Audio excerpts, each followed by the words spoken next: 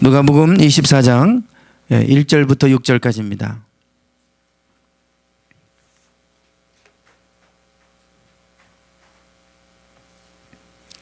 (24장) 1절부터 6절까지 교독하시겠습니다. 안식 후 첫날 새벽에 이 여자들이 그 준비한 향품을 가지고 무덤에 가서 들어가니 주 예수의 시체가 보이지 아니하더라.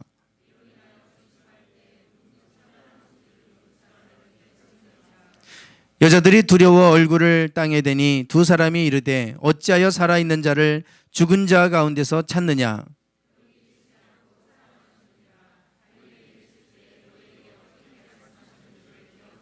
아멘. 네, 오늘 부활절입니다. 부활절은 우리 기독교의 생일과도 같은 절기입니다. 기독교의 시작이 바로 예수님의 부활로 인해 시작되었기 때문입니다.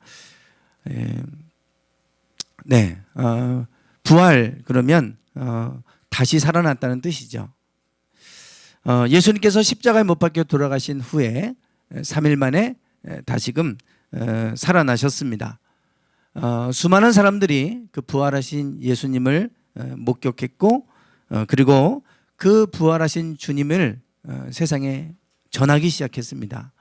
예수님이 다시금 살아나셨다라고 하는 것을 온 세상에 알리기 시작했고 사람들이 그 부활하신 예수님을 믿기 시작하면서 교회가 세워지고 기독교가 이제 세워지게 됐습니다. 그래서 우리가 부활절은 우리 기독교의 아주 가장 성탄절과 더불어서 가장 중요한 절기입니다. 기독교의 생일과 같다 이렇게 생각하시면 되겠습니다. 예수님이 돌아가셨을 때 그때 이스라엘의 대제사장과 장로들, 예수님을 십자가에 못 박아 죽게 했던 그 사람들이 가장 두려워했던 게 바로 이거였습니다. 예수님이 분명히 죽었다가 3일 만에 살아나야 될 것을 말씀을 하셨는데 혹시 그 제자들이 예수님의 시신을 훔쳐다가 부활했다고 이렇게 거짓말을 하고 사람들에게 거짓된 것을 퍼뜨려서 사람들을 미혹할까, 그것이 두려워서 그 당시 로마의 총독이었던 빌라도에게 요청을 해서 그 무덤 문을 지켜달라고 요청을 하게 됩니다. 그래서 지금 이 예수님의 무덤이 이렇다면 이제 그 경비 이 로마의 병사들이 그 무덤 문을 이제 지키게 되는 것이죠. 실제로 그 당시에 이스라엘의 무덤은 이렇게 되어 있습니다. 우리는 땅에 매장하지만 여기는 땅이 아니고 이렇게 바위에다가 이제 매장하는 그런 풍습을 가지고 있습니다. 바위라고 해서 지금처럼 딱딱한 우리 그런 바위가 아니라 거기는 뭐 비가 많지 않고 그리고 대부분의 흙들이 모래고 사암이다 보니까 이렇게 손으로 파면 다 파져집니다. 이제 그런 무덤이죠. 그래서 이제 이렇게 무덤 문을 이렇게 만들어 놓고 저를 굴리면 이렇게 열고 닫고 하는 이제 그런 무덤입니다. 그래서 한 사람만이 아니라 가족들도 이렇게 들어가는 그런 무덤으로 사용을 했습니다. 저기를 예수님의 제자들이 밤중에 무덤 문을 돌을 굴려서 예수님의 시체를 훔쳐간 다음에 예수님 부활하셨다 이렇게 이제 거짓말하지 않겠느냐. 그래서 로마의 병사들을 좀 시켜서 그들로 하여금 이 예수의 무덤을 지키게 해달라 이런 요청을 해서 로마의 병사들이 지키게 되죠. 그럼에도 불구하고 예수님은 부활하셨습니다. 로마의 병사들이 지킨다고 해서 예수님의 부활을 막지는 못했죠. 어떻게 그 예수님의 부활을 막을 수 있겠어요? 그냥 부활하셨어요. 그리고 나서 부활하신 예수님을 만났던 제자들과 수많은 사람들이 그 부활의 소식을 전하기 시작을 했습니다. 그때에 대제사장과 장로들은 그 부활에 의해서 사람들이 미혹당하지 않도록 하기 위해서 예수의 시신을 제자들이 훔쳐갔다. 이렇게 이제 또 그들이 그런 소문들을 퍼뜨리기 시작을 했죠. 부활이 거짓말이라면, 예수님이 부활하신 사실이 부활하신 것이 사실이 아니라 그 제자들에 의해서 꾸며진 얘기라면, 그러면 누가 이 거짓된 것을 위해서 생명을 바치겠습니까? 진리를 위해서도 생명을 바치기가 어렵습니다. 그런데 거짓된 것을 위해서 목숨을 걸 만한 사람이 과연 누가 있겠습니까?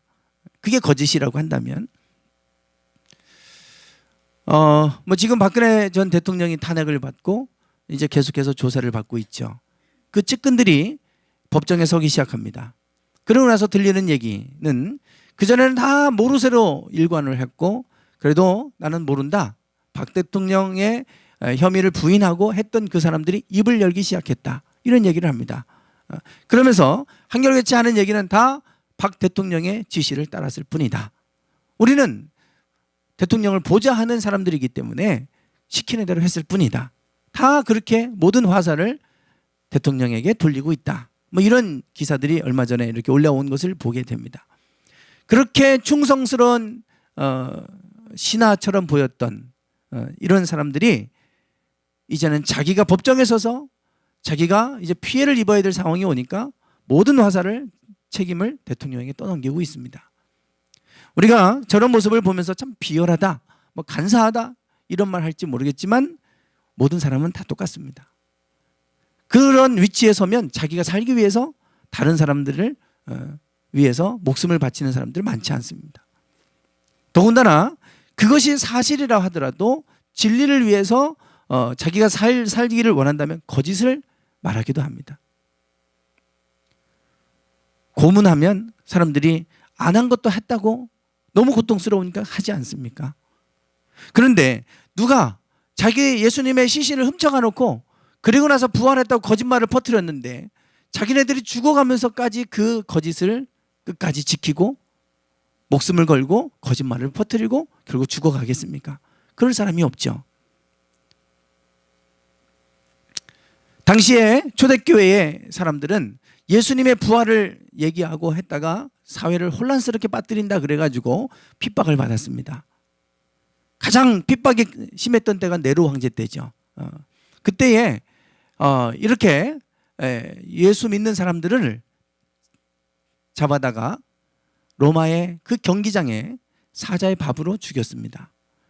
며칠 동안 굶겨서 아주 사나워진 이런 이 사자나 호랑이 이런 맹수들을 가지고 다 이렇게 아주 잔인하게 이렇게 죽여서 그것을 로마의 경기장에 온 모든 사람들이 보고 즐기도록 그렇게 했습니다.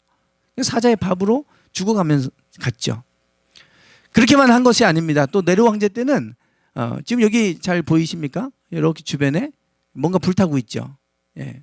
좀 더 확대해 보면 이렇습니다. 여기에 지금 십자가에 그리스도인들 다 매달아 놓고 산채로 화행을 한 겁니다. 로마의 경기장을 삥 둘러서 횃불로 쓴 겁니다. 사람을 태워서. 얼마나 잔인하게 죽였는지 모릅니다. 예수 믿었다는 그 이유 때문에, 부활하신 예수님을 믿었다는 그 이유 때문에 사자의 밥이 되어 죽어갔고, 그리고 저렇게 산채로 화형이 돼서 죽어갑니다. 로마의 경기장에 수많은 사람들이 모여서 그 모습을 보았고 열렬히 환호했고 그 모습에 박수치고 했습니다. 그런데 문제는 이분들이 그 죽음 앞에서 너무나도 당당했다는 겁니다. 죽어가는데 살려달라고 구걸하는 사람이 없습니다. 고통스러워서 비명을 지를 만한데 그들은 웃으면서 죽어갔습니다. 이 장면을 구경하고 즐기기 위해서 왔던 사람들이 마음이 기쁘지 않았습니다. 도대체 저 사람들은 뭐길래? 도대체 예수님이 부활하셨다고 그러는데 예수가 누구길래 저렇게 예수를 위해 죽어가면서도 두려워하지 않고 당당하게 죽어갈 수 있을까? 로마 사람들의 마음이, 생각들이 복잡해지기 시작하죠. 그리고 나서 로마가 변했습니다. 예수님을 믿는 사람들이 하나둘 생기기 시작했고, 그러면서 로마가 기독교 국가로 바뀌어버렸습니다. 부활의 능력입니다. 부활을 경험했던 사람들에 의해서 그것이 전파되어졌고, 그것이 거짓이었다면 이 사람들은 다 살려달라고, 그 거짓말이라고 그랬을 겁니다. 어느 누구도 그게 거짓말이라고 말하는 사람이 하나도 없었습니다. 모든 사람들이 다 거기서 당당하게 죽어갔습니다. 살려달라고 애원하는 사람이 없었고, 결국 로마가, 그들을 막으려고 했던 로마는 그들을 막지 못했고 로마가 기독교화 되었습니다. 이것이 바로 부활의 능력이죠. 부활하신 예수님을 만나게 됐을 때 어떤 일이 일어나는가? 그 부활은 지금의 기독교를 만들었고, 그래서 이 세계상의 세계 역사의 물줄기를 바꿔놓는 계기가 됐습니다. 그것이 바로 부활입니다. 그래서 우리에게 부활절은 매우 중요한 절기고, 또 절기뿐만 아니라 우리 그리스도인들에게 부활은 매우 중요한 사건입니다. 예수님께서 돌아가신 후에 그때 그 예수님의 어머니 마리아와 또 예수님을 따랐던 많은 여인들이 3일째 되는 날 예수님의 무덤으로 찾아갔습니다. 그들의 장례 문화에는 지금 얼마든지 무덤에 드나들 수 있는 저런 이제 동굴로 돼 있기 때문에 얼마든지 사람이 이제 드나들 수 있죠. 향유를 준비를 해서 시신을 깨끗하게 냄새가 나지 않도록 그렇게 이렇게 이제 향유를 바르는 그런 장례 예식이 있습니다. 그래서 3일째가 되는 날 예수님의 어머니하고 여인들이 아침 일찍 새벽에 예수님의 무덤으로 갔습니다. 그런데 문제는 그 무덤 문이 열려 있는 겁니다. 그래서 가 보니까 무덤 안에 예수님의 시신이 없습니다. 너무나 슬퍼해서 이 여인들이 슬픔에 빠져 있을 때 그때 두 명의 천사가 나타나서 이 여인들에게 이야기를 해주죠. 뭐라고 얘기하냐면 이게 오늘 있는 본문의 말씀입니다. 읽은 성경 구절에 있는 말씀입니다. 어찌하여 산자를 죽은 자 가운데서 찾느냐. 예수님이 이미 살아나셨는데 왜 살아있는 자를 죽은 자 가운데서 찾느냐. 이렇게 그들을 향해서 말씀을 하시죠. 부활하셨음을 그들에게 알렸습니다. 부활하셨다고 하는 것을 알게 된 이 여인들은 너무나 기뻐서 그 제자들에게 가서 외쳤고 전했고, 제자들이 이것을 확인하고 부활하신 주님을 만난 후에 그들은 너무나 기뻐서 나가서 부활하신 주님을 전하기 시작했습니다. 예수님이 십자가 못 박혀 돌아가실 때 제자들은 다 숨어 있었고 예수님을 버리고 도망갔고 절망과 낙심 속에 살아갔던 사람입니다. 자기들도 예수님처럼 죽을까 봐 두려워서 예수님을 모른다고 부인을 하고, 그리고 다 뿔뿔이 흩어져 있던 그들, 심지어는 문을 꾹꾹 걸어 잠그고 숨어 있던 그들이 밖을 향해 뛰쳐나와서 담대하게 외치기 시작합니다.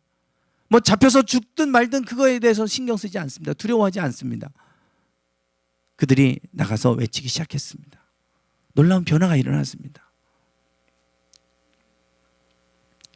우리는 부활절 그러면 예수님이 살아나신 것, 그것이 부활입니다. 그러나 예수님만 부활하신 게 아니라 너희들도 이제는 죽는 것으로 끝나지 않고 부활한다. 그 부활의 소망이 있음을 예수님은 제자들에게 말씀하셨고, 그 제자들은 나가서 우리는 이 세상에 죽는 걸로 끝나지 않습니다. 우리는 반드시 썩지 아니하는 몸으로 부활합니다. 하나님의 나라가 있습니다. 영생이 있습니다. 예수님을 믿는 자에게 영생이 있습니다. 그 사람들에게 전했습니다. 그럼 부활의 의미는 그런 거죠. 그렇지만 부활은 단지 죽어서만 하나님의 나라로 다시 살아나서 가는 이런 부활의 의미만 있는 건 아닙니다. 예수님의 제자들이 바뀌지 않았습니까? 부활하신 주님을 만나고 나서 그 방 안에만 문을 걸어 잠그고 숨어있던 그들이 나가서 외치기 시작했고, 얼마나 담대하게 외쳤는지 하루에 막 3,000명, 5,000명이 회개하고 돌아오는 그런 일들이 있을 정도로 그렇게 담대하게 외치기 시작했습니다. 변화가 일어났죠. 그 전에는 제자들이 좀 죽어 있었던 사람 같았어요. 낙심과 절망 속에, 좌절 속에 있던 그들이 부활의 주님을 만나고 나서부터는 밖에 나가서 담대하게 외치는 살아있는 사람으로 바뀌어버렸습니다. 예수님께서 말씀하십니다. 천사들이 말하죠. 어찌하여 산자를 죽은 자 가운데서 찾느냐. 여러분, 이 땅에 이곳에는 많은 사람들이 있습니다. 그런데 살아있는 자가 있고 죽은 자가 있습니다. 살아있는 자가 있고 죽은 자가 있어요.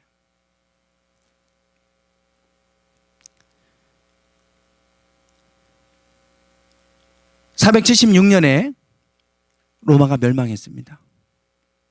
게르만족에 의해서 멸망하죠. 그렇게 오랫동안 지속될 것 같았던 로마 대제국이 476년에 게르만족에 의해서 멸망했어요. 게르만족 그러면 우리가 독일 사람들 아닙니까? 독일 사람들이에요. 근데 이 게르만족, 당시의 게르만족을 우리 야만인이라고 부릅니다. 야만인. 그리고 그 당시에 프랑크, 지금의 프랑스입니다. 프랑크 왕국, 프랑크족, 그리고 영국의 브리튼족. 그래서 브리티시라고 하죠, 영국을. 브리튼족. 그리고 저 북유럽의 바이킹족. 다 야만족들이라고 불렸던 족속들입니다. 문명을 세우기보다는 약탈해서 살았던 민족들이죠.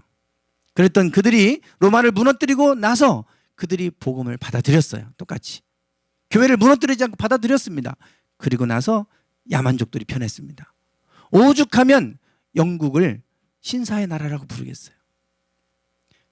야만족이라고 했던 그들이 더 이상 야만족으로 살지 않았습니다. 그들이 예수 그리스도를 주로 받아들이고 나서부터 그들이 찬란한 문명을 꽃피우기 시작합니다. 변화됐죠. 여기 보시면 이게 지도입니다. 이게 무슨 지도냐? 이게 세계에서 부유한 나라들, 그 부의 정도를 나타내는 지도입니다. 빨간색이 US 달러로 10만 달러 이상 되는 거예요. 1인당 국민소득이 10만 달러 이상입니다. 1인당 국민소득이면 국내 총 생산을 인구수로 나눈 거예요. 그럼 1년 동안 한 사람이 평균적으로 벌어들이는 수입이 얼마나 되느냐? 10만 달러면 1억 약 1200 정도? 예. 그러니까 평균 연봉이 1억 1000 이상이라는 거, 모든 국민들이. 그게 빨간색입니다. 이게 지금 빨간색이죠. 이게 유럽이잖아요. 유럽. 예. 야만족이라고 했던 그 족속들이 있었던 여기 유럽입니다. 여기도 마찬가지로 영국 사람들이 건너가서 세웠지 않았습니까? 캐나다, 미국. 이 나라들이 10만 달러 이상이에요. 우리나라는 지금도 1인당 국민소득이 3만 달러 못 넘잖아요. 한 2만 5천 달러 뭐 이렇게 얘기합니다. 이게 2013년도에 제작된 지도예요. 그래서 여기 2만 5천 달러에서 10만 달러 요 사이에 있는 게 오렌지색인데, 오렌지색 몇 군데가 보이죠? 여기에 이제 대한민국이 여기에 있습니다. 그나마 우리나라도 좀 잘 사는 나라에 속하죠. 근데 3만 달러가 안 돼요. 빨간색은 10만 달러가 넘는 겁니다. 그러니까 갭이 좀 큰 거예요, 사실은. 우리가 선진국이라고 말하는 나라들하고 우리나라도 선진국에 진입하기 직전이라고 얘기를 하지만 3만 달러를 넘어서면 선진국이라고 뭐 이렇게 얘기를 하지만요. 그런데 3만 달러라고 해도 10만 달러하고 비교하면 3분의 1밖에 되지 않습니다.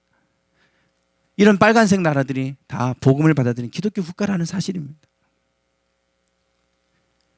예수 그리스도를 받아들였던 그 미개한 족속들이 문명의 꽃을 피우기 시작하고 그 나라가 번영하기 시작합니다. 부활은 그냥 죽어서만 살아나는 게 아니라 이 땅에 살아가는 사람들을 바꿔놓습니다. 침체되고 절망 가운데 어둠 가운데 있는 이들이 소망 가운데 나가게 되고 거기에서 죽었던 나라가 살아나고 회복되는 일들이 일어납니다. 이게 부활의 능력입니다. 어찌하여 산자를 죽은 자 가운데서 찾느냐 그러죠. 이 땅에는 살아있는 것 같지만 죽어있는 자가 있고 살아있는 자가 있습니다. 예전에 학교 다닐 때 선생님께서 자주 했던 얘기가 있습니다. 썩은 동태 눈깔 같다고 이런 얘기를 하셨어요. 지금도 그런 얘기 하나 모르겠어요. 수업 시간에 공부 시간에 눈이 개성질하고 졸려가지고 막 이렇게 하고 있으면 썩은 동태 눈깔 같다고 눈이 죽어있다 이거죠. 그런데 정말 이 사람이 살아있나 죽어있나를 알려면 눈을 보면 알잖아요. 예. 눈이 막 초롱초롱하게 빛나는 사람이 있어요. 하나라도 막 더 들으려고 눈이 살아있는 사람이 있어요. 눈이 풀려있는 사람이 있어요. 눈이 풀려있어요. 별로 듣고 싶지 않아요. 의욕도 없어요. 그리고 딴 생각하고 있어요. 멍하니 딴 생각. 그러면 눈이 풀려 있잖아요. 딱 보면 다 보입니다. 여기서. 예. 여러분 눈을 보면 제가 다 보여요. 지금 이 자리에서. 지금 벌써 눈 감고 지금 이렇게 깊은 잠을 드신 분도 계시고. 예. 눈을 보면 알잖아요. 눈을 보면. 살아있는 사람이 죽어있는 사람이 알 수가 있어요. 죽은 사람은요. 열정이 없습니다. 소망이 없어요. 의욕이 없어요. 그러니까 눈이 풀려 있어요. 그렇지만 살아있는 사람은 열정이 있잖아요. 뭔가 의욕이 있잖아요. 뭔가 막 하고자 하는 그 열정이 느껴지잖아요. 살아있는 사람이에요. 이 땅에는 산자와 죽은 자가 있습니다. 예수님 요한계시록에 보시면 7개 교회에게 편지를 합니다. 7개 교회들에게 편지하는데 그 가운데 4대 교회에게 편지하는 이 편지의 내용을 한번 보십시오. 4대 교회를 책망하는 말씀입니다. 같이 한번 읽어보겠습니다. 시작.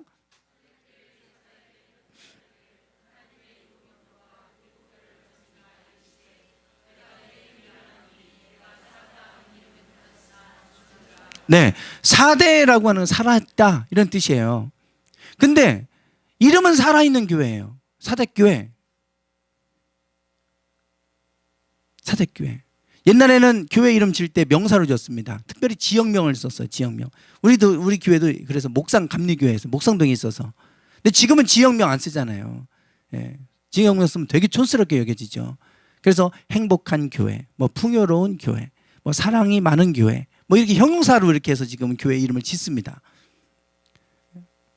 사랑이 많은 교회 그런데 가면 사랑이 별로 없어. 교회도 있을 수 있잖아요. 풍요로운 교회 근데 별로 풍요롭지가 않아. 예.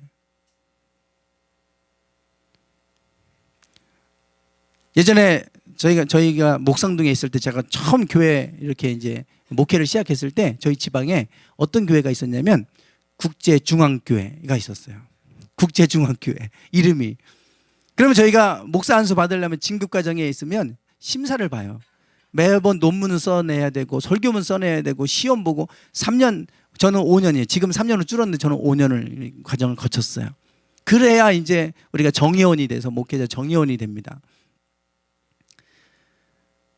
그러면 심사를 하고요. 그리고 자격 심사라는 게 또 있어요. 그러면 목사님들 쫙 동그랗게 앉아 계세요.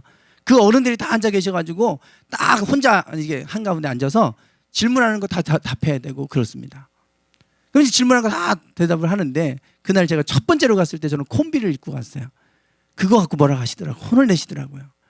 사람이 말이야 이런 자리에 왔는데 콤비를 입고 왔다고 예의가 없다고 그러면서 혼을 내키시더라고요. 그런 자리예요. 그러니까 거기 가면 딱 얼어가지고 한 5년 동안 그렇게 이제 훈련을 받는데 그때 그 국제중앙교회 목사님은 맨날 이름 때문에 혼나는 거예요. 그 교회가 교인이 하나도 없어요. 개척교회예요.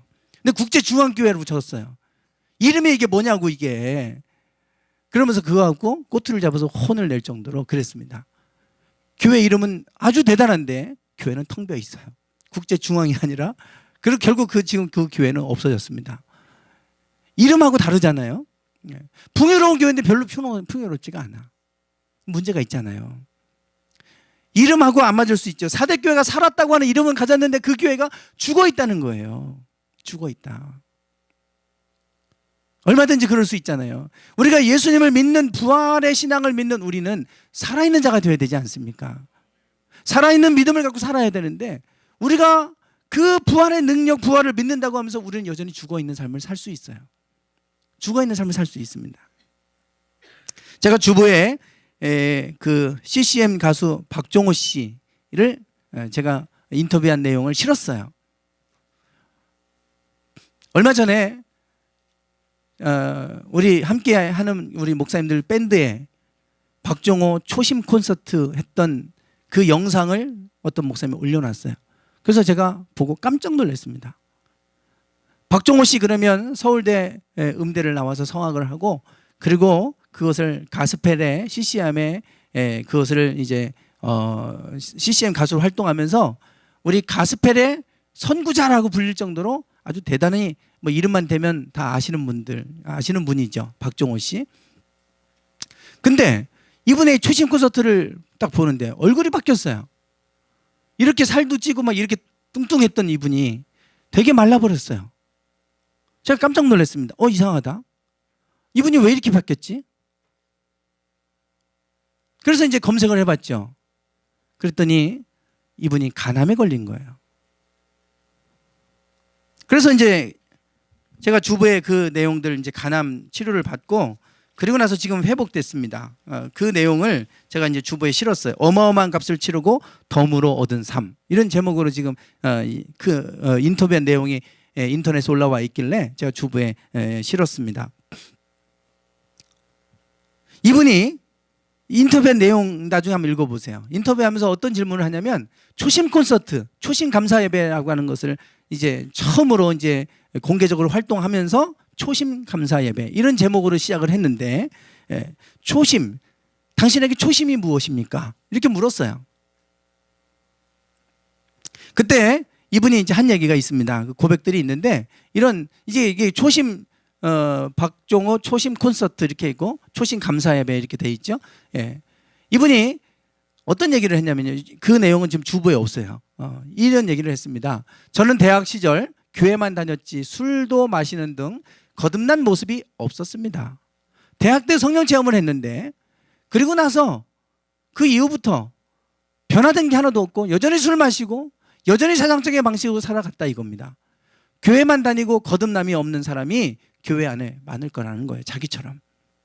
자기도 그렇게 살아왔기 때문에 찬양 사역자라고 찬양을 하면서 살았지만 그러나 얼마나 제가 교만했던지 여전히 술 먹고 여전히 그 인기를 누리고 그렇게만 살았지 거듭남의 모습이 없었다는 거예요.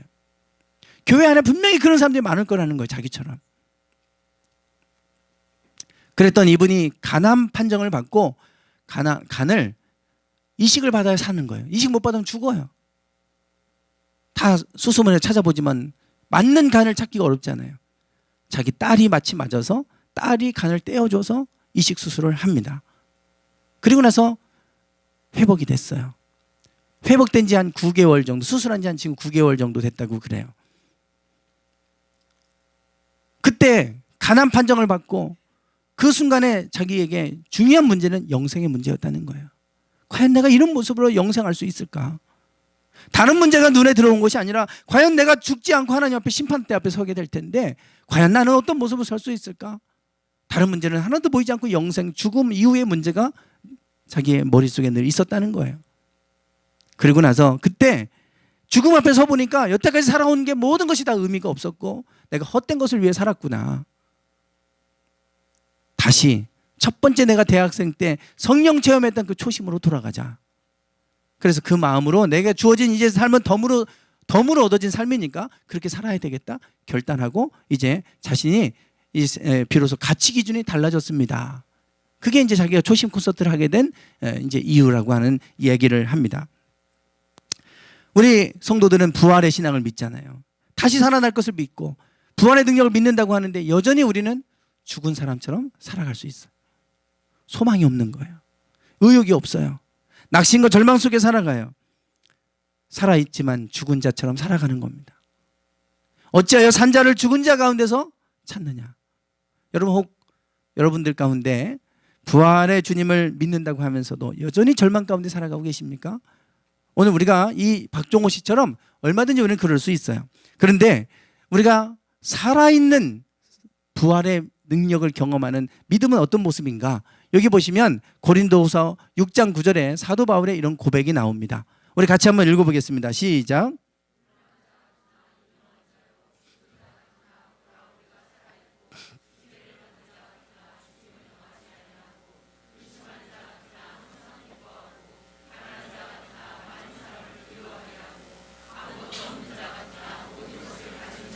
아멘. 네, 사람들이 볼 때 무명한 자라는 거예요. 아무 이름도 없는 사람 같은데 아니라는 거예요. 나는 유명한 자다. 사람들이 볼 때 죽은 자 같아요. 하도 수도 없이 징계를 맞고 뭐 매를 맞고 여러 감옥에도 갇히고 그랬잖아요. 죽어 있는 것 같지만 우리는 살아있다는 거예요. 징계를 받지만 죽임을 당하지 않고 근심하는 자 같지만 항상 기뻐한다는 거예요. 사람들이 볼 때 저 사람은 지금 저 환경에서 저 사람은 근심 속에 살아갈 수밖에 없는 사람이에요. 그러나 아니라는 거예요. 항상 기뻐한대요. 부활의 능력을 경험하는 사람들의 모습이에요.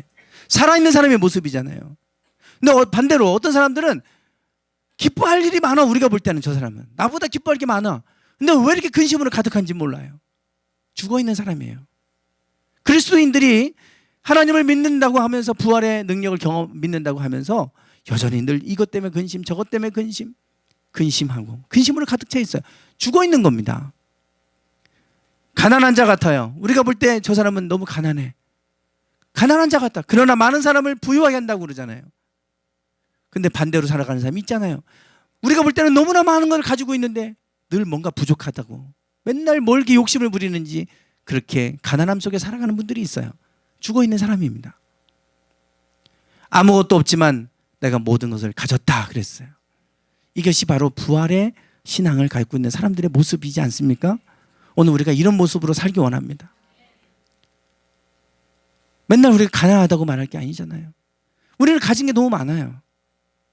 지금도 이 땅 가운데 고통 가운데 아무것도 없이 하루하루 그날 먹고 살아갈 것 때문에 걱정하고 살아가는 사람이 얼마나 많습니까? 그에 비하면 우리는 너무나 행복한 거죠. 너무 행복한 거예요. 근심거리가 많은 것 같지만 사실은 근심하지 않아도 될 것 같고 우리는 근심하잖아요. 뭘 갖고 근심하세요? 사실 우리가 근심거리가 많아도 그 속에서 우리는 살아있는 사람이라면 그 속에서 기쁨을 누리며 살아야 될 줄 믿습니다. 절망할 수밖에 없는 상황이자 절망하지 않고 소망 가운데 살아가는 것, 그게 부활의 소망입니다. 저는 이 부활의 능력이 여러분에게 있기를 주님의 이름으로 축원합니다. 여러분, 우리가 살아있는 믿음을 갖기를 원합니다. 부활의 믿음을 갖는다고 하면서도 여전히 이렇게 죽어있는 믿음 갖고 죽은 자로 살지 않고 산 자로 살기를 원합니다. 얼마 전에 배우 김영애 씨가 췌장암으로 세상을 떠났습니다. 많은 사람들에게 사랑받았던 배우죠. 그래서 많은 사람들이 안타까워했어요. 이분은 크리스찬입니다. 그런데 이분의 죽음이 아름다운 이유는 그냥 다른 사람들과 같은 그냥 연예인 누가 이렇게 세상을 떠났다, 단지 그런 차원이 아니라 이분의 삶에 대해서 칭송을 합니다. 아름다운 죽음이었다, 칭송을 해요. 췌장암을 2015년에 판정을 받고 3, 4개월밖에 못 산다고 사망 선고를 받았어요. 병원에서부터. 근데 2015년부터 2017년까지 2년 정도 생명이 연장됐어요. 이때 이분이 기도했던 게 있어요. 지금 뭐예요? 월계수 신사 뭐요? 월계수 양복점. 예, 죄송해요. 월계수 양복점. 네. 거기에 50회 끝날 때까지, 촬영을 다 끝날 때까지 본인이 중도 하차하지 않게 해달라고, 마지막까지 연기할 수 있게 해달라고 기도했다는 거잖아요. 다 끝내고, 물론 이제 한 번 더 연기를 했다든지 한 번 더 이렇게 뭐 하는 거, 거기는 참여를 못했다고 하지만 마지막 50회까지는 다 참여했다는 거예요. 마지막까지 자기 생애를 불사르고 연기를 위해서 자기 몸을 불사르고 세상을 떠났다. 아름다운 죽음이었다라고 칭송합니다. 되게 우리가 향년 66세입니다. 아직 젊은 나이잖아요. 한참 더 연기하면서 더 많은 사람들로부터 사랑받고 그렇게 더 살아가야 될 나이인데 66세에 세상을 떠났어요. 그 췌장암의 판정을 받았을 때 사람들이 느끼는 것은 벌써 왜 나에게 이런 일이 일어나야 되는 거지? 분노가 있을 수 있잖아요. 그리고 그것이 받아들여지지 않으니까 우울증으로 올 수 있고요. 삶에 대한 모든 의욕을 다 상실할 수 있어요. 내가 이래갖고 이제 곧 죽을 건데. 죽은 사람들의 모습이에요. 근데 이분은 그런 상황 속에서도 끝까지 생명의 끈을 놓지 않았어요. 마지막 죽을 때까지 그가 연기에 헌신하고 최선을 다해 살아가지 않습니까? 그래서 칭송받아요. 만약 그냥 이 사람이 췌장암 판정을 받고 절망해서 3, 4개월밖에 못 산다고 하니까 시름시름 앓다가 죽어갔다가 그걸로 끝날 거예요. 그렇지만 이분은 죽음은 아름답다고 칭송을 받아요. 사람들이 기억해요. 죽어 있는 것 같지만 살아서 사람들의 마음에 남아 있어요. 참 훌륭한 죽음이죠. 어떤 분이 블로그에다 이런 글을 올렸어요. 배우 김영애 씨하고 배우 김자옥 씨도 또 그렇게 세상을 떠났잖아요. 근데 비슷하게 마지막까지 최선을 다해서 끝까지 연기하다가 그분도 그렇게 세상을 떠났다고 그래요. 그분도 교회 다니시는 분이에요. 그분이 블로그에 이런 글을 올렸어요. 배우 김자옥 씨나 또 누구나 또 이분들의 죽음을 보니까 너무 아름답다는 거예요. 근데 그들의 공통점이 크리스찬이더라 이거예요. 어떻게 그게 가능하냐 이겁니다. 그 이유는 부활의 소망이 있기 때문입니다. 죽는 걸로 끝나는 게 아니라 우리에게는 부활의 소망이 있다. 죽음 후에 영원한 생명이 있다. 그것을 알기 때문에 절망하지 않아요. 죽음을 기쁨으로 받아들이는 거예요. 그러니까 마지막 죽는 날까지 최선을 다해 살아가요. 죽는 자 같지만 살아있는 자 아닙니까? 살아있는 것 같은데 여전히 젊은데 여전히 우리는 낙심과 절망과 의욕상실 이런 것으로 살아가고 있다면 살아있는 것 같지만 죽은 사람이에요. 우리 주님이 부활하셨던 그 부활의 주님을 만났을 때 제자들은 죽어있는 상태에서 살아났어요. 두려워서 숨어있던 그들이 뛰쳐나가 외치기 시작합니다. 그러고 나서 그 세상을 변화시켜 버렸어요. 살아있는 자의 모습 아닙니까? 저는 이 부활의 능력이 여러분에게 있기를 주님의 이름으로 축원합니다. 그 부활의 소망이 여러분에게 가득하기를 원합니다. 그래서 이제는 죽어있는 것 같지만 살아있는, 여러분 계단에 올라오시다 보면 왼편에 이렇게 이런 그림들, 이런 그림들을 이렇게 몇 컷 해가지고 붙여놨어요. 이런 그림들이 많이 인터넷에 있더라고요. 그래서 제가 그런 것도 하나씩 모았어요. 한쪽에는 웃는 얼굴이었다면 한쪽에는 이런 그림들을 다 붙이고 싶었어요. 근데 분위기가 좀 다 색깔이 비슷하고 막 이래가지고 이것저것 섞어서 이제 붙여놓은 건데요. 이게 사실 부활의 신앙을 갖고 살아가는 사람들의 모습이어야 될 줄 믿습니다. 환경 보고 낙심하고 좌절하고 시무룩하고 이러지 말고 기뻐서 풀쩍풀쩍 뛰고 자유함을 누리고 승리를 외치면서 의욕 가지고 열정 가지고 나아가는 그런 믿음. 이게 부활의 믿음 아니겠습니까? 오늘 이 부활의 능력과 부활의 소망이 여러분에게 가득하기를 주님의 이름으로 축원합니다. 기도하겠습니다.